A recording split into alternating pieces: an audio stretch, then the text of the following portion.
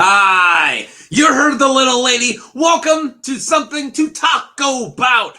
And yeah, that's what we're doing here. We're tacoing about something. I don't know, man. Maybe it's a phrase. I don't know. If you guys don't know what's going on here, my name is Taco. My real name's Mark. Don't tell anybody. Don't put that on the internet. And yeah, so I take characters from the Song of Ice and Fire lore, them Game of Thrones books, and I mostly just talk about them, but sometimes I do this where I compare them to their TV show counterpart. And this one, it's a weird one. It won a poll. It slaughtered in that poll, actually. Maybe it didn't slaughter. It did really good. And we're talking about Harry Strickland. I never thought that I would ever be covering Harry Strickland. So I did a video not too long ago on Franklin Flowers, and it made me think about Harry Strickland. I was like, can I cover Harry Strickland? And if you just watched a video a couple weeks ago on Franklin Flowers, it was a few weeks ago now, you would probably be like, a lot of this is covered in it. And it is, but you know, instead of covering Franklin Flower quotes, I'm covering Harry Strickland quotes. Okay, so first things first, spoilers, of course, for the Game of Thrones television show. And this dude's a season 8 character, so he is spoiling pretty much the ending. So if you don't want Game of Thrones spoiled, don't watch this. This is bad. Don't do it. It's probably bad for other reasons, but it's also bad for spoiler reasons. And then also for the book, he is in like the last 2 books. So again, like kind of late season. But yeah. But besides that, if you don't care about any of that junk, let's go, man. The Golden Company. So there is a house here, but there's nothing to talk about House Strickland, so it will just be covered organically, essentially. Like the one sentence I can tell about how House Strickland will be said later on. So I want to usually cover, sometimes I cover the house before I cover the show, so I'm going to tell you guys what the Golden Company is, because it actually affects both the show and the books, and then we're going to cover, I only got one slide for show, and then we're going to cover all the slides for Harry Strickland in the books. And then we're going to do the difference. Let's go. You're already sick of me. The Golden Company is a company of sellswords founded by one of Aegon the Fourth's great bastards, Aegor Rivers, calling himself Bittersteel. The current captain general is Harry Strickland. That's who we're talking about. Okay. The Golden Company is considered the finest and most powerful company in the free cities. They're the good ones. They're pretty good, with some considering them the most honorable. The men in the Golden Company prefer to call themselves a free brotherhood of exiles rather than sellswords, despite the notorious unreliability of sellswords. The Golden Company has reputed to have never broken a contract until the books. Their motto is "Our word is good as gold." Well, their war cry, which is a little different, is "Beneath the gold, the bitter steel." It's pretty badass, actually. Pays homage to their founder, Bittersteel. We already talked about that. The high officers display a rude splendor, right? Like many of their trade, they keep their worthy wealth upon their person, including jeweled swords and inlaid armor and heavy torques and fine silks. Many wear a lord at ransom in golden rings around their arms, each of the rings signifying 1 year of service in the Golden Company. That's pretty cool. The fallen captain generals get their skulls boiled and dipped in gold, and they carry with them whenever they finally take back Westeros. There, that's some badass stuff, right? So let's talk about the show. Sorry, that's what we do. All right, the show, no elephants. Okay, so spoilers. I already said spoilers, but yeah, definitely spoilers, guys. In the television adaptation Game of Thrones, Harry is portrayed by Mark Rissman. All right, what's up, Mark Rissman? Harry Strickland is the head of the exiled House Strickland and the captain of the Golden Company. Season 8 crap, okay? I'm just warning you guys. Cersei needs some soldiers to fight the forces of Dany and Jon, right? Season 8 stuff. So Strickland and the Golden Company are brought to Westeros by Euron Greyjoy. Oh, my God. Sorry. I usually can get through show stuff without complaining too much, but when it's just season 8 stuff, it's This is all just gibberish to me. Like, none of this means anything to me. Oh my god. Okay, so it's like, ugh. Okay. Anyways, bias, non-bias. Okay, season 8 crap. Okay, he oversees a division of the Golden Company on the Silence, Euron's flagship. He meets with Queen Cersei in the throne room of the Red Keep alongside Euron. Strickland confirms the Golden Company's contract with Cersei, but reports although they have brought their 18,000 infantry and 2,000 cavalry, their elephants are absent due to the inability to travel via sea voyage, much to Cersei and the audience's disappointment. Yeah, you guys couldn't even give us elephants, and why are you even doing Golden Company? None of this has anything to do with the book. Why you do? Okay, never mind. Okay. Nevertheless, she welcomes him to King's Landing, after which he expresses placid eagerness, not platitudes, placid eagerness to fight for her. Yeah, he doesn't care. Yeah, no, you know why? Because she's not a Targaryen. Oh, wait, that's book stuff. All right, I'll stop. Okay. Strickland leads the Golden Company outside of the gates of King's Landing at the beginning of the battle for King's Landing. The Battle of the Bells 2, facing off against Jon Snow, Davos, Tyrion, and their armies outside of the gates. However, Daenerys' arrival on Drogon and she arrives and she burns through the city and the walls and the Golden Company and knocking Strickland off his horse. And then Strickland attempts to run back into the city, but is skewered through the back by Grey Worm while the Targaryens, Stark and Arryn forces charge into the city. Wah, wah. All right, guys, we done? All right, cool. Let's talk about Harry Strickland. Like I said, I normally try to be non-biased, but when it's just all season 8 stuff and it's just not stuff that I think will ever happen in the books, especially not Harry Strickland won't ever be doing anything like that in the books. It's just like, okay, can we read through it? All right, I'll shut up now. Homeless Harry. Harry Strickland, also known as Homeless Harry Strickland, is the captain general in the Golden Company and an exiled knight from House Strickland. Harry is portly with a big, round, bald head. He has mild gray eyes and thinning gray hair, and he brushes it sideways to cover up a bald spot. Right? He's got a comb over. Harry likes to boast gold for 4 generations. So every generation, since his grandpa was born into the Golden Company, and then his dad was born into the Golden Company, and then he was. So he's literally been part of this army his whole life and like 4 generations. It's crazy. He whines and complains often about blisters on his feet. We'll get to it, from long marches, and is not the bravest of men. And he likes elephants. He likes elephants a lot. Okay, so 4 generations, like I said. Harry's great-grandsire lost his lands when he rose in the First Blackfyre Rebellion with Daemon the First Blackfyre. Yay! Harry was born in exile and raised with the Golden Company, and as was his father and his grandfather. And after the death of previous commander Blackheart Miles Toyne, who's awesome, Harry was made the new Captain General. Did I say Lord Commander? Previous commander. Yeah, Captain General. And Gory's Edarin replaced Harry as paymaster. Sir Raleigh Duckfield was once Harry's squire, and his current squire is a guy named Watkin. We'll get to it. Yeah, so this guy's like the master of coin, right? He was, and then he got in charge. So he's like kind of like squirrely. He's like, he's always complaining, and he's like, I'm bald and I'm not in good shape, but I'm in charge of the Golden Company.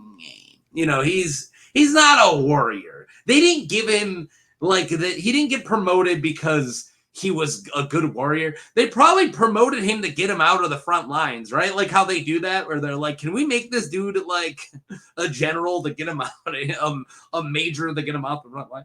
That's probably what happened. And then they made him a banker, and he was actually really good at banking, and then he became in charge, I guess. Okay, so let's get into this. So meeting at Volon Theres. So He is completely in two different chapters of Jon Con chapters, and the first one's The Lost Lord, and then in The Griffin Reborn. So those are the two chapters we're covering. We're pretty much covering them pretty close. The only you're gonna get most of what happens in those chapters for the most part, except for like Jon's flashbacks, because half of those chapters are like Jon walks into this room and then he thinks about Rhaegar for 10 minutes. So, you know, that's how his chapters go.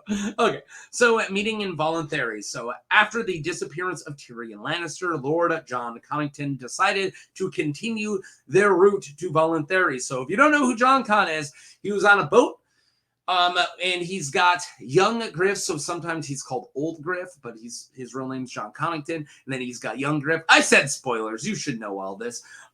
They hang out with Tyrion a little bit, they go down the Rhine, the Rhine, not the Rhine, that's in real world, the Rhine, and eventually Tyrion disappears, but he's got like a small group with him, and they're all trying to train young Griff, aka possibly Aegon Targaryen, Rhaegar's son, but maybe not even that, right? So he's got multiple identity things. It's almost like this book's a lot about identity. Weird.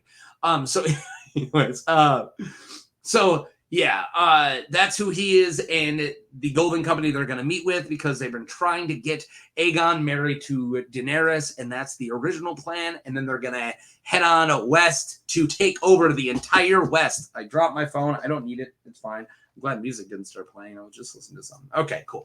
Now, can we get into it already? Jeez. Meeting at Voluntary. So I've said that 3 times now. After the disappearance of Tyrion Lannister, Lord Jon Connington decided to continue their route to Voluntaries. There, the former Lord of Griffin's Roost, Holden Halfmaester, Prince Aegon, maybe, arrive at the camp of the mercenary group Golden Company to meet their officers. Jon Con once joined the Golden Company a long time ago after his defeat at the Battle of the Bells, when he failed to capture the rebel Lord Robert Baratheon 17 years ago. Dang it! Whatever happened to that guy? It was revealed that Connington was dismissed from the Golden Company for where do I got there? Ostensibly, thank you, stealing from their war chest. But in reality, he left to do this like plot, right? He left their service in part of the plan to staged by Varys and Illyrio Mopetus to make his ignominious dismissal more forgettable. Yeah, okay, so they were just trying to cover up that he was leaving to go do a plot. So they're like, he's a drunk and he sucks. And everyone's like, yeah, he does. And that was the lie he had to go with. So, all right, where was I? The company is led by Homeless Harry Strickland. That's who we're talking about here. He sells propane. Not propane accessories. Hill does that. Hank Hill does that for him. A man sealed in a negotiating lucrative contracts, but cowardly facing combat. Yeah, he's really good at getting a good deal. Okay, but that's all he is. In the eyes of Connington, he sucks. Yeah, he's not very good at combat in the eyes of Connington. They all meet for a council, but Harry doesn't even get up during this council. He is soaking his feet in salt water, and he goes, "You will pardon me if I do not rise." That's the voice I'm going with. That's how he greets Jon Con and young Griff. And then he says, "Our march was worrisome, and my toes are prone to blisters. It is a curse." Oh, yeah. I love Harry Strickland. Con judged him for being weak like an old woman. So much of this chapter is Harry Strickland says something and Jon Con goes, "God, I hate this guy." It's like half of this chapter. It's like, he's like, "Sorry, I'm not getting up. My feet hurt." And he's like, "Yeah, you worthless fat lady." Like, Jon Con's mean, okay? Jeez. You know, some people really like Jon Con. Triggering people. All right. Yeah, Con judged him for being weak. Holden offers Harry some ointment for his feet, and he's like, "Yeah, cool, thanks." And Harry offers Jon, his group, some wine, though he declines. It's like, "Do you want some ointment for your feet?" He's like, "Yeah, great. Do you want some wine?" And they're like, "No." And he's like, "All right." Okay, so sensitive toes. Harry smiles up to young Griff and say, and thin-skinned? Okay, I don't know why. Okay, that must be a typo later on. Okay, yeah, I know why that's a typo. That's hilarious. This must be your son, is what he says. This makes Jon Con wonder if Harry knows who young Griff really is or not. Because Jon's like ready to drop the truth bomb that he is Aegon, right? So Jon decides to tell all of them that young Griff is really Aegon Targaryen, son of Rhaegar. And yeah, much to Jon's surprise, they don't react. Like, you literally hear crickets. Like, everybody already knows. So he realizes that the company already knew, and he asks Harry if he told them. And Harry wiggles his toes in the salt water, and then he answers, when we reached the river, the company was restless. With good reason, we walked away from an easy campaign in the disputed lands. And for what? So we could swelter in god-awful heat, watching our coins melt away and our blades go to rust, whilst I turn away rich contracts. Yeah, he's not very happy about it. When Khan asks who they turn away, Harry tells them that they turn away a youngish man who is looking to pay them a lot of gold and slaves to go to Marine, and most likely to attack Dany. He asks his squire Walken for a towel for his toes, as he explains. Yeah, every other sentence besides Jon Con making fun of him. So it goes like, Harry says something, Jon Con makes fun of him. Harry says something, we talk about Harry's feet. Like, they're soaking. He's getting a towel. Somebody's drying them. They're drying. Like, throughout this chapter, we keep really close tabs on them toes. So that's why I named the whole chapter Sensitive Toes. All right. When we reach, yeah, all right, he said that. Where was I? So yeah, he's like, go get me a towel, Walken. When he then complains how Walken dries his feet, he tells him to be careful not to think of it and to think of his toes as thin-skinned. That's why I said that earlier. That's hilarious. Grapes, and to do a dab and don't brush them. Dab them, Walken. So he had to tell them, to the men, to explain why he turned down such a good contract. Because everyone's like, dude, that sounds like a cherry contract. And he's like, okay, so Aegon is Aegon. And they're like, what? So Spy Master Lysono Mar, who, by the way, re-listening to those chapters just for Lysono Mar is pretty interesting. All right, that's all I'm getting at. Targaryen. Okay. Lysono explains that Dany is not heading west and is staying in Marine. Harry says the why of it doesn't matter. And then they talk about the why of it for a while. Go west. He puts on striped woolen stockings and explains that we came to raise up a king and queen that will lead us home to Westeros.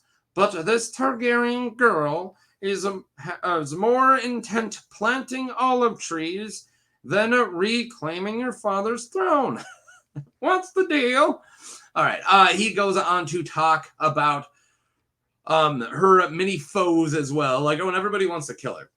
When Griff reminds him of her dragons, like, yeah, we need those dragons. He agrees, but he says they are young. They're barely even hatchlings. And then Tristan Rivers suggests they go there and they fight for her. And then Lysono Mar says, well, we can't really get a boat to her. Like, we can't really reach her by sea. And then when the suggestion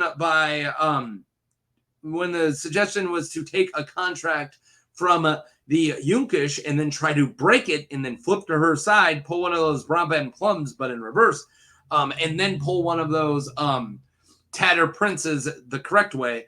Harry says that one broken contract is strain enough for the company, is stain enough for the company. Yeah, we already broke one. I'm not breaking another one. He complains that Miles Toyne made this pact and not him. He's like, this guy, Miles Toyne, my predecessor, like, made this deal with the cheesemonger, and I don't even want to do it. I don't want to do it. Yeah, so he suggests that they abandon Dany completely. So then Franklin Flowers, who I already did a video about, suggests they take the land route. Like, let's just take the demon road.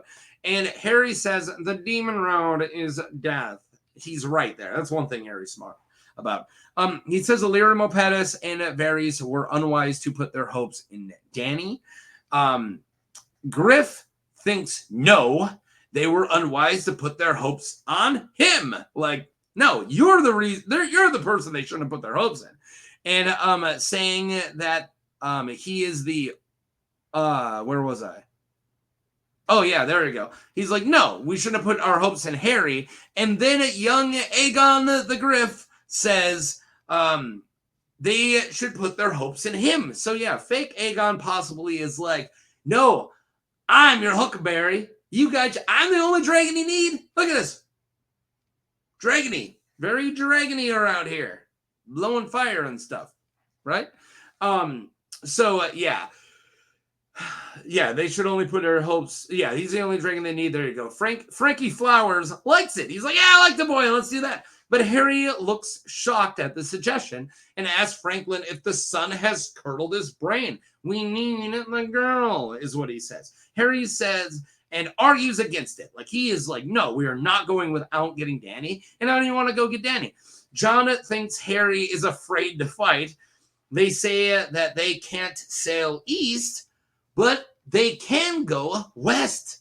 Harry continues to argue with everybody, but eventually they shut him up, and it takes a very long time. And they argue they're going to sail west to Land of the Pines, and they all kneel to young Griff, and Harry being the last one to do so. So eventually he does pledge his sword to young Griff. All right, where are we going? Westeros! There's an invasion going on, right? It's pretty great. So yeah, landing of the Golden Company. Spoilers, right? There's Westeros gets invaded. You guys didn't know that? Jon Connington and the Golden Company have landed in Cape's Wrath in Westeros and managed to seize Griffin's Roost, which is Jon Connington's original seat, and the other small councils all around, actually, by taking them unawares. He insisted that Homeless Harry break up. So yeah, Jon Connington makes Homeless Harry break up Black Bollock's Bowman. There's a lot of B words there, triple alliteration, just so you guys know. It's a little tricky to say. His 10 company, he wants to break up his one huge group of bowmen into 10 companies of 100 men and get each of them to each ship to help take the castles, right? And in taking Griffin's Roost, it really helped, right? So he sent the archers in first and took the castle very easily. I get more into it in my Franklin Flowers video, by the way. Harry was impressed by the swiftness of the victory. He was very proud of this. Harry was very impressed. Jon claims that it won't be easy once the element of surprise is gone. Like, yeah, we took all these castles because no one knew we were going to get here. Strickland looks around at like faded tapestries and all over the cool windows and stuff of the Great Hall of Griffin's Roost, and he likes it, and he goes, well, let them come. This place can stand against 20 times our numbers, and if it is well provisioned. And then he speaks about a hidden cove that allows for them to get in and out by sea. So it's like, yeah, they can't even siege us because we have that hidden cove, right? Like, no, let's just hang out here. And yeah, Griff does not plan to stay, and he wants Storm's End. So Jon then goes off to think about Rhaegar and stuff. He's like, I'm gonna go and pray to my dad, but he really just goes and thinks about Rhaegar. And then he goes and speaks to Holden Halfmaester about how to give incentives to their allies, knowing that Harry and the other captains will get first picks of lands and castles. So they got to have some other incentive to get people to actually work for them. Then he sends notes to Harry and the others for a small council, like a little war council, talking about the invasion. Yeah, let's talk about the invasion. In which castles have been taken and which ones haven't been taken, which they didn't even plan to take, and they already did. They complain about the Volantine sailors who kind of left their men anywhere they landed. And Franklin Flowers is like, they probably left some in the Stepstones. And then Harry's like, with my elephants. He says, sadly, missing his elephants. Though he is happy about all the ransoms and all the highborn hostages, because they took a lot of hostages, right? They decide not to raise Targaryen banners yet. Harry doubts that they will get support from Doran Martell. Harry argues that they need to wait and says that they and then Jon Con says they will not wait, but they will take Storm's End by guile. Yeah, that's like that line he says. So Winds of Winter. So the first little bit of this is this slide is kind of the first sentence of it is the rest of the chapter from Griffin Reborn chapter, and then the rest is Winds of Winter stuff. So I usually give a disclaimer, not for spoilers, but just like these are subject to change. These are from sample chapters, like people, like it could have changed, right? It's not published yet, so what we read from Winds, we shouldn't take as canon as the main books. Even the best chapter, which is the Forsaken chapter, which is for some reason not even fully canon, but it's such a good chapter. Anyways, that's not what we're talking about here. 4 days later, Prince Aegon arrives. Aegon agrees to Jon's plan about taking Storm's End, and he says, I want to change one thing. I intend to lead the siege myself. So he wants to lead the attack himself. He's really big into attacking, Aegon the fake is. In Winds, so this is what I was saying, this is a sample chapter. Princess Arianne Martell travels, so this is the sample chapter, Arianne 2, travels through the Rainwood to the Mistwood and Griffin's Roost. And she gets to the Mistwood and eventually, like not right away, but a sellsword named Chain tells them that Griff is marching, and then later on says that someone made off with Harry's favorite elephant. I literally talked about that chapter just for that. I listened to that entire chapter, and it's just somebody made off with Harry's favorite elephant. All right, differences. All of it. Like everything. So, the way he looks, not even the same, right? Like, what did I say? His name was Mark Risman. Yeah, Mark Risman is not in any way like a portly man who has like balding hair, right? This is a good looking man. So yeah, like how they look, how they act, very different. The one thing they do have in common is that they oversee the Golden Company and then they bring them to Westeros. But that's it.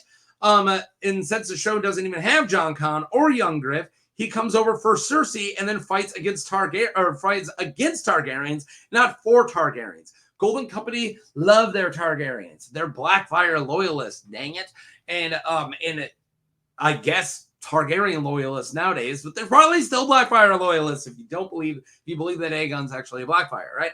So it doesn't make any sense. So yeah, literally the Golden Banner is the only thing that these characters have in common. He isn't a fat complainer in the show. This is one of those late show characters that are so far from, like, when they come in, they're so far from the plot when they're introduced that they have nothing in common. And yeah, the show pretty much just needed a name. Yeah, they're like, wrote themselves into the corner, and Cersei needed an army, and they're like, Golden Company. And they're like, who in the books is in charge of Golden Company? Harry Strickland. So we'll name this character Harry Strickland. That's it. Right? So there you guys go. I normally, if you guys have, this is your first, let's talk about the differences. I normally don't dog on the show that much because I don't hate every single season of the show. Season 8's just a little rough. Okay. All right. Thank you guys for watching Harry Strickland. How many Buck Stricklands did I have? Just 2. Just the first slide and the last slide in the corner. Did you guys see him? Well, it wasn't even the first slide. It's the thumbnail. All right, cool. I'm glad you guys, I hope you guys enjoyed. Click like, subscribe, do all that YouTube stuff. And yeah, that's all I got. Beneath the gold, the bitter taco. Bye. Peace.